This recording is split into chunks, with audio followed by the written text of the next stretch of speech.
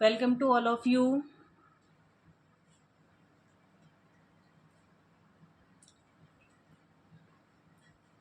तो आज हम जीओसी का पार्ट 4 लेकर आए हैं और आज हम स्टार्ट करेंगे बॉन्ड क्लीवेज। अभी तक हम पढ़ चुके हैं रिएक्शन क्या होती है, रिएक्शन मैकेनिज्म क्या होती है, रिएजेंट के बारे में हम पढ़ चुके हैं। उसके अंदर हमने इलेक्ट्रोफाइल, न्यूक्लियोफाइल, एम्फीवाइल और एम्बिएंट न्यूक्लियोफाइल की बात की थी। तो आज हम बात करेंगे बॉन्ड क्लीवेज के बारे में।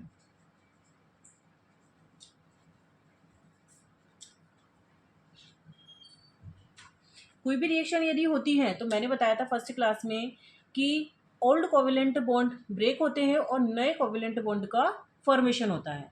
ठीक है, तो आज हम बात करेंगे बॉन्ड क्लीवेज हम किस किस तरीके से कर सकते हैं। तो ये 2 टाइप्स के होते हैं, homolytic bond cleavage and heterolytic bond cleavage. इसे हम हेटेरोलाइसिस भी बोलते हैं और इसे हम होमोलाइसिस भी बोलते हैं। क्लियर? होमोलाइटिक क्या होता है? होमोलाइटिक बॉन्ड क्लीवेज क्या होता है? इसके अंदर जो बॉन्ड का क्लीवेज होगा उसके अंदर इक्वल डिस्ट्रीब्यूशन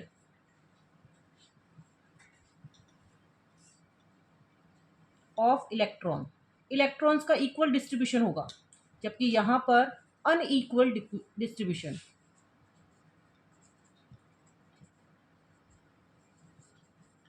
ठीक है, यहाँ पर इक्वल डिस्ट्रीब्यूशन का मतलब है कि यदि मान लो कोई मैं स्पीसीज ले लूँ ए बी, यहाँ पर जो कोवेलेंट बॉन्ड बनता है वो इन दोनों की शेयरिंग से, एक एक इलेक्ट्रॉन्स की शेयरिंग से बनता है।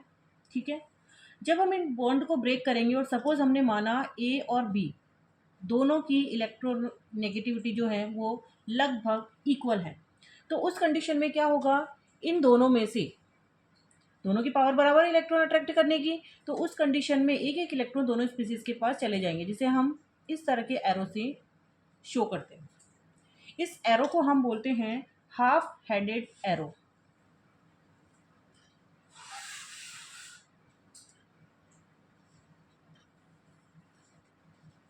ठीक है, तो यहाँ पर जो स्पीसीज बनेगी वो कौन सी स्पीसीज बनेगी? यहाँ पर मेरे पास बनेगा ए, उसके ऊपर एक इलेक्ट्रॉन आ जाएगा और बी के ऊपर एक इलेक्ट्रॉन आ जाएगा। इन्हें हम क्या बोलते हैं? Free radical.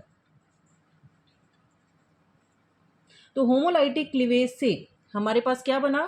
फ्री रेडिकल बना। इसका मतलब नॉन आयनिक स्पीसीज बनती हैं। ठीक है, इसे हम बोलते हैं होमोलाइटिक क्लीवेज। उसके बाद हम बात करें हेटेरोलाइटिक क्लीवेज की, तो देखो हेटेरोलाइटिक क्लीवेज क्या होता है, यहाँ पर अनइक्वल डिस्ट्रीब्यूशन होगा इलेक्ट्रॉन का। ठीक है, तो यहाँ पर क्या होगा, ए बी, वही एक एक इलेक्ट्रॉन की शेयरिंग की हुई है यहाँ पर, लेकिन यहाँ पर हमने माना कि ए की इलेक्ट्रोनेगेटिविटी कम है और बी की इलेक्ट्रोनेगेटिविटी ज़्यादा है।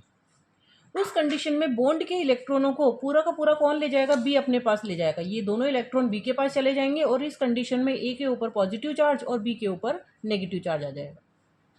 उस कंडीशन में हम क्या कहेंगे, यहाँ पर जो स्पीसीज बनी है वो आयनिक स्पीसीज हमें मिली है। ठीक है, तो हमारे पास क्या बने? आयंस बने। तो ये हमारा हुआ होमोलाइटिक क्लीवेज और हेटेरोलाइटिक क्लीवेज। होमोलाइटिक क्लीवेज होता है जिसके अंदर हमें क्या मिलते हैं? रेडिकल्स मिलते हैं, और हेटेरोलाइटिक क्लीवेज होता है जिसके अंदर आयनिक स्पीसीज फॉर्म होती है।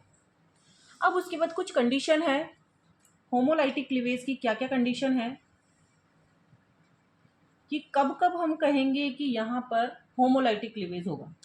फर्स्ट पॉइंट, यदि हमें एरो के ऊपर लगा हुआ मिले हाई टेम्परेचर, अगर हमें मिले हाई टेम्परेचर लिखा हुआ, तो हम क्या बोलेंगे? यहाँ पर होमोलाइटिक क्लीवेज होगा। दूसरा, प्रेजेंस ऑफ परोक्साइड। परोक्साइड जैसे बेंजोइल परोक्साइड की बात करें हम, तो नॉर्मल में COOH आता है, लेकिन यहाँ पर एक ऑक्सीजन और बढ़ जाएगा, इसे हम बोलते हैं परोक्साइड। अगर इसकी प्रेजेंस लिखी हुई है, परोक्साइड लिखा हुआ है, तो भी हम फ्री रेडिकल करवाएंगे, बनाएंगे, मतलब होमोलाइटिक क्लीवेज हमें करवाना है। थर्ड क्या लिखा हुआ आ सकता है, यूवी रेज। यूवी रेज की एनर्जी भी ज़्यादा होती है, तो वो इस वाले सिंगल बॉन्ड के अंदर क्या करवा सकती है, इक्वल शेयरिंग करवा सकती है। फोर्थ पॉइंट की बात करें तो हाई टेम्परेचर। हाई टेम्परेचर की बात कर ली, high frequency. High frequency means इसे हम न्यू से शो करते हैं, और हम प्लांक का एक प्रिंसिपल है वो हम पढ़ते हैं। प्लांक ने क्या बताया था, कोई भी एनर्जी है वो क्या होती है, फ्रिक्वेंसी के डायरेक्टली प्रोपोर्शनल टू होती है। तो यहाँ पर जितनी ज़्यादा फ्रिक्वेंसी होती है उतनी ही ज़्यादा यहाँ पर एनर्जी होती है। इसका मतलब यदि एनर्जी ज़्यादा है तो यहाँ पर सिंगल बॉन्ड के अंदर क्या होगी, इक्वल शेयरिंग होगी। उसके बाद फिफ्थ पॉइंट की यदि हम बात करें तो रिएक्शन विद रेडिकल। यदि इसके पास कोई स्पीसीज हम रेडिकल वाली ले जाएं तो यहाँ पर क्या पॉसिबल है, होमोलाइटिक क्लीवेज पॉसिबल है। सिक्स पॉइंट की बात करें हम तो अगर हम नॉन पोलर सॉल्वेंट यूज करते हैं, नॉन पोलर सॉल्वेंट क्या होता है, जैसे हमने CCl4 लिया, तो CCl4 किस तरह से होता है, Cl Cl Cl और Cl। तो यहाँ पर क्या होता है कि एक हम डाइपोल मोमेंट पढ़ते हैं जिसका जो साइन होता है वो डायरेक्शन किस डायरेक्शन में होती है, लेस इलेक्ट्रोनेगेटिव से मोर इलेक्ट्रोनेगेटिव की तरफ। इसका मतलब इसका डायरेक्शन, इलेक्ट्रॉन का मूवमेंट इस डायरेक्शन में होगा, इसका इस डायरेक्शन में होगा, इसका इस डायरेक्शन में होगा और इसका इस डायरेक्शन में होगा। मतलब सभी डाइपोल मोमेंट एक दूसरे को कैंसिल आउट कर रहे हैं, तो इसका ओवरऑल कोई भी चार्ज नहीं आता है। इसका मतलब ये हमारा क्या कहलाएगा, नॉन पोलर, कोई पॉजिटिव नेगेटिव इसके अंदर क्रिएट नहीं होता है। तो उस कंडीशन में भी हमारा क्या होता है, होमोलाइटिक क्लीवेज की हम बात करते हैं। सेवंथ पॉइंट की हम बात करें तो वेपर स्टेट। अगर वेपर फेज हमें दी हुई है तो हम होमोलाइटिक क्लीवेज करवाएंगे। तो हमें ध्यान रखना है, अगर ये सारी कंडीशन वहां पर लिखी हुई है एरो के ऊपर हमारे, तो क्या लिखा हुआ आएगा, A+B=C+D। तो यहाँ एरो के ऊपर क्या लिखा हुआ है, अगर इन सब चीज़ों में से कुछ लिखा हुआ है, हाई टेम्परेचर को हम इस तरह से भी शो कर देते हैं, प्रेजेंस ऑफ परोक्साइड है, यूवी रेज है, हाई फ्रिक्वेंसी है, रिएक्शन विद रेडिकल्स है, नॉन पोलर सॉल्वेंट है, या फिर वेपर फेज है, तो हमें यहाँ पर क्या करवाना है, फ्री रेडिकल बनाने हैं, होमोलाइटिक क्लीवेज करवाना है। तो ये हमने बात की हमारा होमोलाइटिक क्लीवेज के बारे में। उसके बाद हम बात कर रहे हैं हिट्रोलाइटिक क्लीवेज, जो क्या कहता है, unequal distribution of electron density. तो यहाँ पर क्या होगा, हमारे आयनिक स्पीसीज बनती हैं, तो और हम क्या बात कर सकते हैं कि यहाँ पर कंडीशन क्या क्या हो सकती है जो बताएगी कि हमें हिट्रोलाइटिक क्लीवेज करवाना है। तो इसकी कंडीशंस क्या है, फर्स्ट हम इस कंडीशन की बात करें तो फर्स्ट कंडीशन है नॉर्मल टेम्परेचर। मतलब यदि इसने कुछ ना बोला है तो हमें हिट्रोलाइटिक क्लीवेज ही करवाना है। सेकेंड पॉइंट की बात करें तो रिएक्शन विद आयन। अगर किसी भी आयनिक स्पीसीज से हम रिएक्शन करवाते हैं तो हम क्या कहेंगे कि यहाँ पर क्या होगा, हिट्रोलाइटिक क्लीवेज होगा। मीन्स यदि कोई पॉजिटिव स्पीसीज आती है या फिर नेगेटिव स्पीसीज आती है तो उस कंडीशन में भी क्या होगा, अगर पॉजिटिव स्पीसीज आई तो क्या करेगा, यहाँ पर नेगेटिव पॉजिटिव क्रिएट कर देगा। इसके बाद हम थर्ड बात करें तो पोलर सॉल्वेंट। पोलर सॉल्वेंट क्या होंगे, पोलर सॉल्वेंट होते हैं, जैसे मैंने H2O वाटर की बात की, तो इसके अंदर क्या होगा, H और OH। तो यहाँ पर ऑक्सीजन की इलेक्ट्रोनेगेटिविटी ज़्यादा है, तो ये बॉन्ड के इलेक्ट्रॉनों को अपनी तरफ अट्रैक्ट करेगा, तो यहाँ पर डाइपोल मोमेंट का डायरेक्शन किसी डायरेक्शन में आएगा, तो इसका मतलब इसे हम क्या बोलेंगे, यहाँ पॉजिटिव चार्ज या नेगेटिव चार्ज क्रिएट हो जाएगा। तो इस तरह के सॉल्वेंट को हम क्या बोलते हैं, पोलर सॉल्वेंट। तो ये हमारी कुछ कंडीशन थी। हमने पढ़ा होमोलाइटिक क्लीवेज क्या होता है, हिट्रोलाइटिक क्लीवेज क्या होता है, और होमोलाइटिक क्लीवेज की कंडीशन क्या होती है, और हिट्रोलाइटिक क्लीवेज की कंडीशन क्या होती है।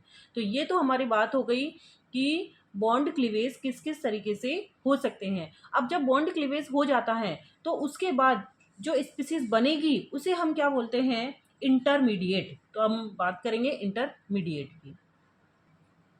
तो अब हम बात करते हैं इंटरमीडिएट की। इंटरमीडिएट कौन कौन से हो सकते हैं, रिएक्शन के अंदर जो बीच में स्पीसीज बनती हैं, सपोज हमने रिएक्शन करवाई, ए कोई रिएक्टेंट है और प्रोडक्ट बना, तो बीच में जो स्पीसीज बनती हैं उसे हम क्या बोलते हैं, इंटरमीडिएट। अब ये किस किस तरीके के हो सकते हैं रिएक्शन इंटरमीडिएट। इंटरमीडिएट हमें हमारे 6 टाइप ऑफ इंटरमीडिएट हैं। फर्स्ट हम बोलेंगे कार्बोकैटायन, ठीक है। दूसरी हम बात करेंगे कार्ब एनायन, इसे हम कार्बोनियम आयन भी बोलते हैं। थर्ड हम बात करेंगे फ्री रेडिकल, फोर्थ हम बात करेंगे नाइट्रीन,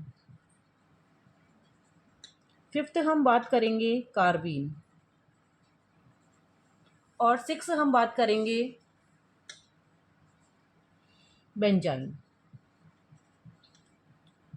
तो इसके इन 6 तरीके से हमारे इंटरमीडिएट का फॉर्मेशन हो सकता है। उसके अंदर फर्स्ट है कार्बोकेटायन या कार्बन आयन, कार्बोनियम आयन इसे बोलते हैं। सेकंड वाला carbon ion, free radical नाइट्रीन, carbene and benzene. सबसे पहले हम इन तीनों की बात करते हैं और तीनों में कंपैरिजन करते हैं।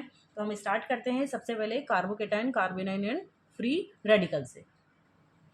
अब देखो मैंने आपके सामने लिखा है कार्बोकेटायन, कार्बन आयन और फ्री रेडिकल। अब ये बनते कैसे हैं देखो, अगर मैं ये हमारा मैथेन है, मैथेन से एक हाइड्रोजन H+ की फॉर्म में बाहर निकल जाए, प्लस की फॉर्म में बाहर निकलेगा। अगर माइनस की फॉर्म में बाहर निकलता है तो यहाँ पर क्या आता है, पॉजिटिव। मीन्स यहाँ क्या बनेगा, इसे हम क्या बोलेंगे, कार्बोकेटायन। लेकिन यदि ये प्लस की फॉर्म में बाहर निकले तो इलेक्ट्रॉन देकर निकलेगा, तो क्या बनेगा हमारा, कार्ब एनायन। लेकिन यदि ये एक इलेक्ट्रॉन लेकर के निकले, होमोलाइटिक क्लीवेज हो, तो क्या बनेगा हमारा, रेडिकल। ठीक है, तो ये हमारा होता है कार्बोकेटायन, कार्ब एनायन और फ्री रेडिकल। अब हम इनकी कुछ प्रॉपर्टीज की बात करेंगे। तो सबसे पहले मैं बात करूंगी यहाँ पर टोटल इलेक्ट्रॉन्स। टोटल इलेक्ट्रॉन्स की बात करें तो यहाँ पर कितने होंगे इसके पास टोटल इलेक्ट्रॉन्स, 2, 4 एंड 6। तो 6 इलेक्ट्रॉन्स होंगे। यहाँ बात करें तो 2, 4, 6 एंड 2 इलेक्ट्रॉन्स ये भी हैं, तो 8 इलेक्ट्रॉन्स होंगे। यहाँ हम बात करें तो 2, 4, 6 एंड 1 इलेक्ट्रॉन्स ये है, तो ये 7 इलेक्ट्रॉन्स हो जाएंगे। सेकंड में बात करूँ बॉन्डेड इलेक्ट्रॉन, बॉन्डेड इलेक्ट्रॉन यहाँ कितने होंगे, जितने बॉन्ड बना रखे हैं, 2, 4, 6। यहाँ बात करूँ 2, 4, 6, ये बॉन्डेड नहीं है, ठीक है। उसके बाद 2, 4, 6, तीनों में 6 इलेक्ट्रॉन्स होंगे बॉन्डेड इलेक्ट्रॉन की बात करें तो। उसके बाद मैं बात करूंगी यहाँ पर lone pair. Lone pair means 2 electron होने चाहिए फ्री, तो यहाँ पर कोई फ्री इलेक्ट्रॉन नहीं है, तो यहाँ पर 0 लॉन पेयर। यहाँ पर एक लॉन पेयर, इसे हम बोलते हैं एक लॉन पेयर, तो 1 लॉन पेयर है। ये लॉन पेयर नहीं होता, लॉन पेयर होते हैं 2 इलेक्ट्रॉन्स होने चाहिए। नेगेटिव चार्ज का मतलब है 2 इलेक्ट्रॉन्स है, इसका मतलब है 1 इलेक्ट्रॉन है, तो यहाँ पर भी 0 लॉन पेयर। उसके बाद हम बात करेंगे अनपेयर्ड इलेक्ट्रॉन्स। तो अनपेयर्ड इलेक्ट्रॉन की बात करें तो यहाँ पर कोई अनपेयर्ड इलेक्ट्रॉन्स नहीं है, तो 0। यहाँ पर कोई अनपेयर्ड इलेक्ट्रॉन नहीं है, 0। यहाँ पर बात करें तो यहाँ 1 अनपेयर्ड इलेक्ट्रॉन प्रेजेंट है। सिंगल इलेक्ट्रॉन को हम बोलते हैं अनपेयर्ड इलेक्ट्रॉन। उसके बाद हम बात करें मैग्नेटिक प्रॉपर्टी।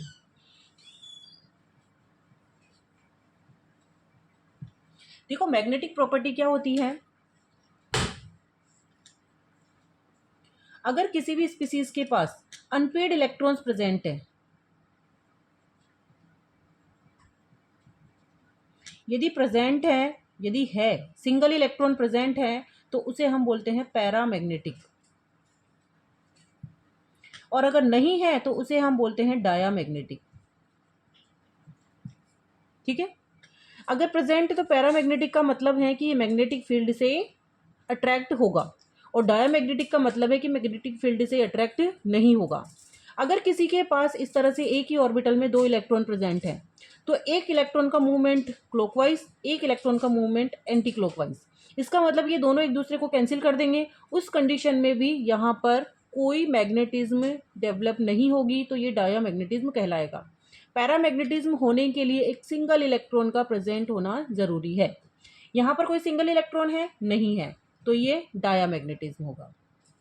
यहाँ पर सिंगल इलेक्ट्रॉन नहीं है, ये 2 इलेक्ट्रॉन एक साथ प्रेजेंट हैं, तो ये भी हमारा डायामैग्नेटिक होगा। यहाँ पर एक सिंगल इलेक्ट्रॉन प्रेजेंट है, इसीलिए ये हमारा पैरामैग्नेटिक होगा। क्लियर है ये चीज। उसके बाद अगली प्रॉपर्टी की हम बात करें, अगली है हाइब्रिडाइजेशन। देखो हाइब्रिडाइजेशन हम कैसे देखते हैं, हम सिग्मा बॉन्ड की बात करेंगे प्लस लॉन पेयर की बात करेंगे। ठीक है, अगर sigma bond plus lone pair हमारे पास 2 आते हैं तो हम बोलेंगे sp हाइब्रिडाइजेशन। यदि 3 आते हैं तो हम बोलेंगे sp2 हाइब्रिडाइजेशन, यदि 4 आता है तो हम बोलेंगे sp3 हाइब्रिडाइजेशन। ठीक है, इसकी स्ट्रक्चर होती है लीनियर, इसकी स्ट्रक्चर होती है ट्राइगोनल प्लेनर, इसकी स्ट्रक्चर होती है टेट्राहेड्रल। ठीक है, हाइब्रिडाइजेशन की मैं बात करूं तो यहाँ पर देखो, यहाँ पर 1 2 3 3 बॉन्ड है, सिग्मा बॉन्ड, कोई लोन पेयर नहीं है, तो 3 का मतलब sp2 हाइब्रिडाइजेशन, तो इसका हो जाएगा हमारा sp2 हाइब्रिडाइजेशन। यहाँ मैं बात करूँ तो 1 2 3 एंड एक यहाँ पर क्या है लोन पेयर, तो टोटल कितने हो गए 3 sigma bond 1 lone pair, means total कितना हो गया यहाँ पर 4 का मतलब यहाँ हाइब्रिडाइजेशन हमारा sp3 होगा। उसके बाद यहाँ हम बात करें तो 1 2 3 का मतलब यहाँ हाइब्रिडाइजेशन हमारा क्या आएगा sp2। उसके बाद नेक्स्ट प्रॉपर्टी की हम बात करें तो नेक्स्ट प्रॉपर्टी है यहाँ पर शेप। तो शेप मैंने अभी आपको बताई, sp2 की शेप होती है ट्राइगोनल प्लेनर।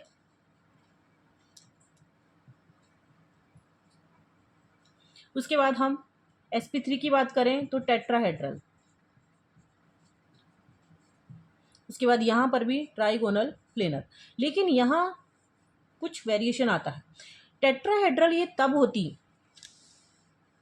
टेट्राहेड्रल तब होती जब यहाँ पर सारे ही बॉन्ड होते, लेकिन यहाँ पर क्या हुआ है, एक हाइड्रोजन को रिप्लेस कर यहाँ पर क्या हुआ है, एक लॉन पेयर आ गया, यहाँ पर एक लॉन पेयर।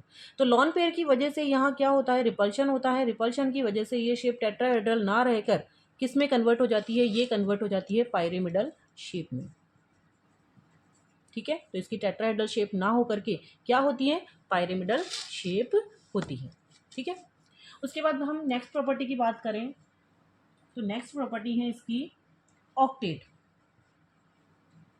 ऑक्टेट क्या होता है, कितने इलेक्ट्रॉन पेयर यहाँ पर प्रेजेंट है। तो देखो यहाँ पर कितने इलेक्ट्रॉन प्रेजेंट है इसके पास, 2 4 6, इसका मतलब ऑक्टेट इनकम्प्लीट है। यहाँ देखो 2 4 6 8, ऑक्टेट कंप्लीट है। 2 4 6 एंड 1 7, तो ऑक्टेट इनकम्प्लीट है। तो हम क्या लिखेंगे इसके लिए, तो इसके लिए मैं बोलूँगी इनकम्प्लीट, इसके लिए मैं बोलूँगी कंप्लीट, और इसके लिए मैं बोलूँगी इनकम्प्लीट। ठीक है, ये हमारी प्रॉपर्टी होगी। उसके बाद लास्ट प्रॉपर्टी की यदि मैं बात करूं तो लास्ट है यहाँ पर स्टेबिलाइज्ड बाई।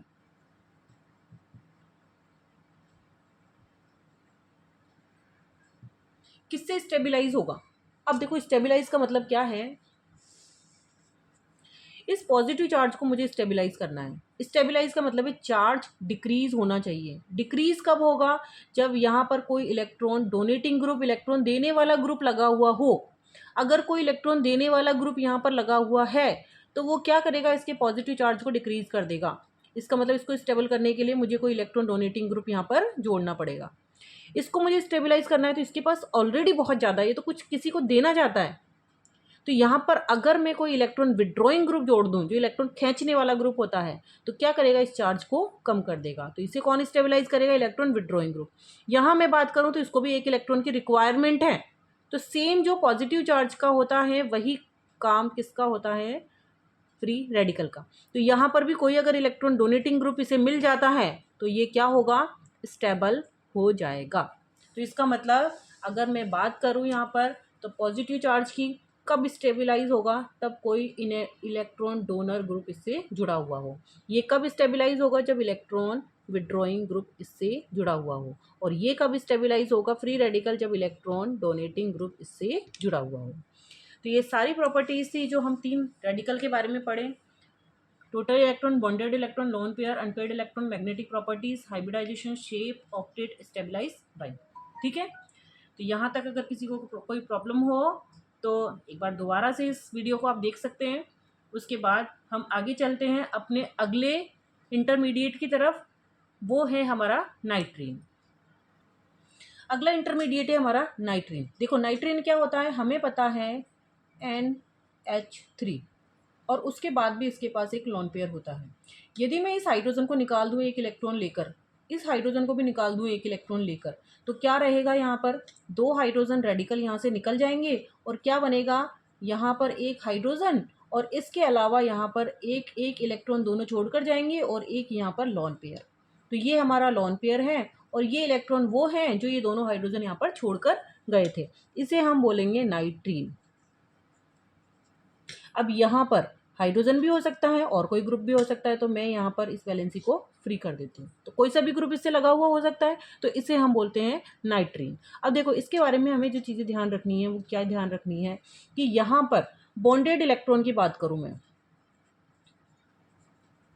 बॉन्डेड इलेक्ट्रॉन, तो बॉन्डेड इलेक्ट्रॉन केवल ये है, तो इसका मतलब 2 इलेक्ट्रॉन इसके बॉन्डेड इलेक्ट्रॉन है। दूसरी मैं बात करूँ यहाँ पर नॉन बॉन्डेड इलेक्ट्रॉन की,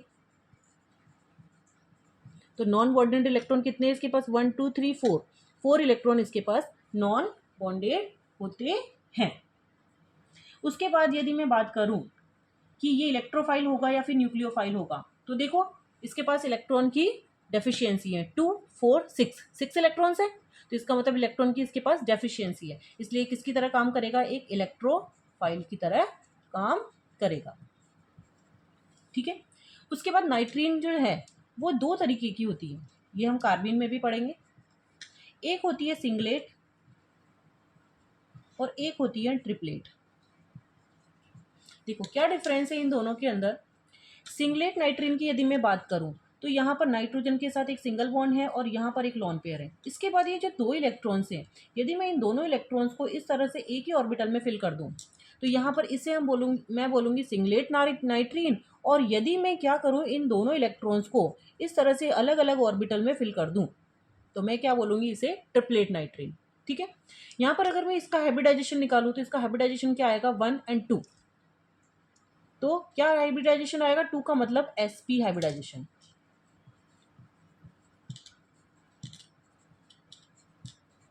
ठीक है। और यहाँ यदि मैं हाइब्रिडाइजेशन इसका देखूं तो क्या हाइब्रिडाइजेशन आएगा इसका, सॉरी यहाँ पर 1 2 एंड एक लोन पेयर है, तो 3 का मतलब sp2 हाइब्रिडाइजेशन। और यहाँ पर यदि मैं देखूँ तो 1 और 2 सिंगल को तो हम काउंट करते ही नहीं है, तो 2 का मतलब इसका हाइब्रिडाइजेशन आएगा sp हाइब्रिडाइजेशन। ठीक है। उसके बाद यदि मैं बात करूं कि इसकी शेप कैसी होगी, तो अगर sp2 होता तो मुझे पता है कि यहाँ पर शेप कैसी होती है, ट्राइगोनल प्लेनर। लेकिन यहाँ पर क्या हुआ है, 2 यहाँ पर क्या हो गए, लोन पेयर आ गए, 2 इस तरह से इलेक्ट्रॉन्स आ गए हैं। एक तो यहाँ पर लोन पेयर है और एक यहाँ पर क्या आ गया, यहाँ पर ये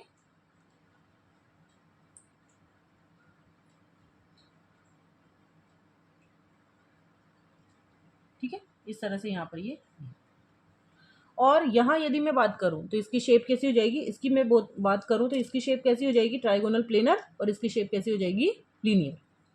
उसके बाद यदि मैं बात करूँ स्टेबिलिटी की, तो यहाँ पर ये लेस स्टेबल होती है और ये मोर स्टेबल होती है।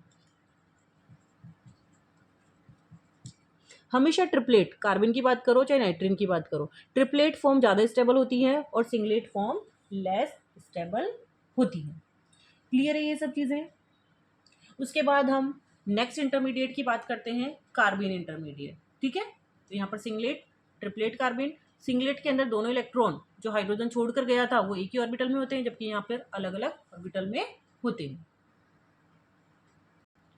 उसके बाद में नेक्स्ट इंटरमीडिएट की बात करूँ तो नेक्स्ट इंटरमीडिएट है हमारा कार्बन। ठीक है। कार्बन कैसे बनता है कि ये हमारा मीथेन है। मीथेन से मैंने क्या किया, एक बार इस हाइड्रोजन को निकाला, एक बार इस हाइड्रोजन को निकाला। ठीक है। 2H रेडिकल निकल गए और ये किस में कन्वर्ट हो गया, इस तरह से। तो यहाँ पर कितने आ गए, 2 इलेक्ट्रॉन्स। इसे हम बोलते हैं कार्बन। ठीक है। इसके पास भी 2 4 और 6 इलेक्ट्रॉन्स होने के कारण इसे भी हम क्या बोलते हैं, इलेक्ट्रोफाइल। ठीक है। उसके बाद ये भी 2 तरीके का होता है, singlet and triplet. Singlet and triplet वही बात करें तो यहाँ पर अगर दोनों इलेक्ट्रॉन एक ही ऑर्बिटल में है तो सिंगलेट, और यदि मान लो दोनों इलेक्ट्रॉन्स अलग अलग ऑर्बिटल में है तो ट्रिपलेट। ठीक है। 1 2 3 का मतलब sp2 हाइब्रिडाइजेशन, 1 2 का मतलब sp हाइब्रिडाइजेशन होगा। ठीक है। उसके बाद मैं बात करूँ यहाँ पर स्टेबिलिटी की, तो हमें पता है ये लेस स्टेबल होती है और ये मोर स्टेबल होती है। इसकी शेप जो होती है वो बेंट शेप। कैसे आई बेंट शेप, देखो कार्बन से यहाँ पर 2 हाइड्रोजन थे, अब ट्राइगोनल प्लेनर होती यदि यहाँ पर बॉन्ड होता लेकिन बॉन्ड की जगह यहाँ पर क्या है, लॉन पेयर, तो यहाँ क्या होगा, रिपल्शन, और रिपल्शन की वजह से जैसे H2O के अंदर थोड़ी सी बेंट शेप हो जाती है, ये वाला एंगल कम हो जाएगा और बेंट शेप कहलाता है, ऐसे ही यहाँ पर भी क्या हो जाएगी, ये शेप बेंट शेप, और ये हो जाएगा हमारा लीनियर शेप। क्लियर है? तो ये हमारा कार्बीन था। उसके बाद हम लास्ट हमारा इंटरमीडिएट है बेंजाइन, उसकी बात करते हैं। लास्ट इंटरमीडिएट है हमारा 5th बेंजाइन। ठीक है, बेंजाइन क्या होता है, ये हमारी बेंजीन है, इसके ऊपर एक एक हाइड्रोजन्स होते हैं। तो अब मैंने क्या किया, यहाँ से हाइड्रोजन और यहाँ से हाइड्रोजन निकाला, तो 2H रेडिकल निकला, और यहाँ पर क्या बचा, एक एक रेडिकल, यहाँ एक एक रेडिकल रहा, वो रेडिकल आपस में मिलकर के क्या बनाते हैं, एक बॉन्ड बना लेते हैं। ठीक है, तो इसे हम बोलते हैं बेंजाइन। एक चीज़ यहाँ यार ध्यान रखना, यदि हमसे पूछ लें कि यहाँ पर कार्बन sp2 कितने हैं, sp2 कार्बन है यहाँ पर 6, जबकि यहाँ पर यदि पूछ लें कि sp कार्बन कितने हैं तो 0, हम क्या मानते हैं कि ये वाला कार्बन ट्रिपल बॉन्ड होने की वजह से sp हो गया, लेकिन sp नहीं होता है, क्योंकि ये जो बॉन्ड बना है, ये बॉन्ड किसकी वजह से बना है, ये था हमारा sp2, ये हाइड्रोजन का s ऑर्बिटल, ये था sp2 एंड हाइड्रोजन का s ऑर्बिटल, और जब ये ब्रेक हुआ तो ये ऑर्बिटल sp2 में जब भी ओवरलैपिंग होती है तो pi bond pure pi bond नहीं बनता है। ये वाला जो पाई बॉन्ड बनता है, नॉर्मल पाई बॉन्ड, वो p ऑर्बिटल ओवरलैपिंग से बनता है, इसीलिए इसे हम ट्रिपल बॉन्ड नहीं मानेंगे, इसे हम डबल बॉन्ड ही मानेंगे। इसलिए ये क्या होगा, sp2 हाइब्रिडाइज्ड कार्बन। तो यहाँ पर यदि पूछ ले कि कार्बन sp2 कितने होंगे, 6 होंगे, और कार्बन sp वाले कितने होंगे, तो कितने होंगे, 0। तो ये था हमारा आज का टॉपिक, जिसमें हमने इंटरमीडिएट के बारे में पढ़ा। कौन कौन से इंटरमीडिएट पढ़े, फर्स्ट हमने पढ़ा कार्बोकेटायन, सेकंड हमने पढ़ा कार्बो एनायन, थर्ड हमने पढ़ा कार्बन फ्री रेडिकल, फोर्थ हमने पढ़ा कार्बीन, फिफ्थ हमने पढ़ा नाइट्रीन, और सिक्स हमने पढ़ा बेंजाइन। आई होप आपको ये वीडियो समझ में आया होगा। अगर कोई भी आपकी क्वेरी है तो कमेंट करके आप मुझे बता सकते हैं। बाकी आगे नेक्स्ट हम जो स्टार्ट करेंगे वो करेंगे हम इफेक्ट में हम इंडक्टिव इफेक्ट पढ़ेंगे, मीजोमेरिक इफेक्ट पढ़ेंगे, हाइपर कॉन्जुगेशन पढ़ेंगे, और रेजोनेंस इफेक्ट हम पढ़ेंगे। तो कल हम स्टार्ट करेंगे हमारा inductive effect. Thank you so much.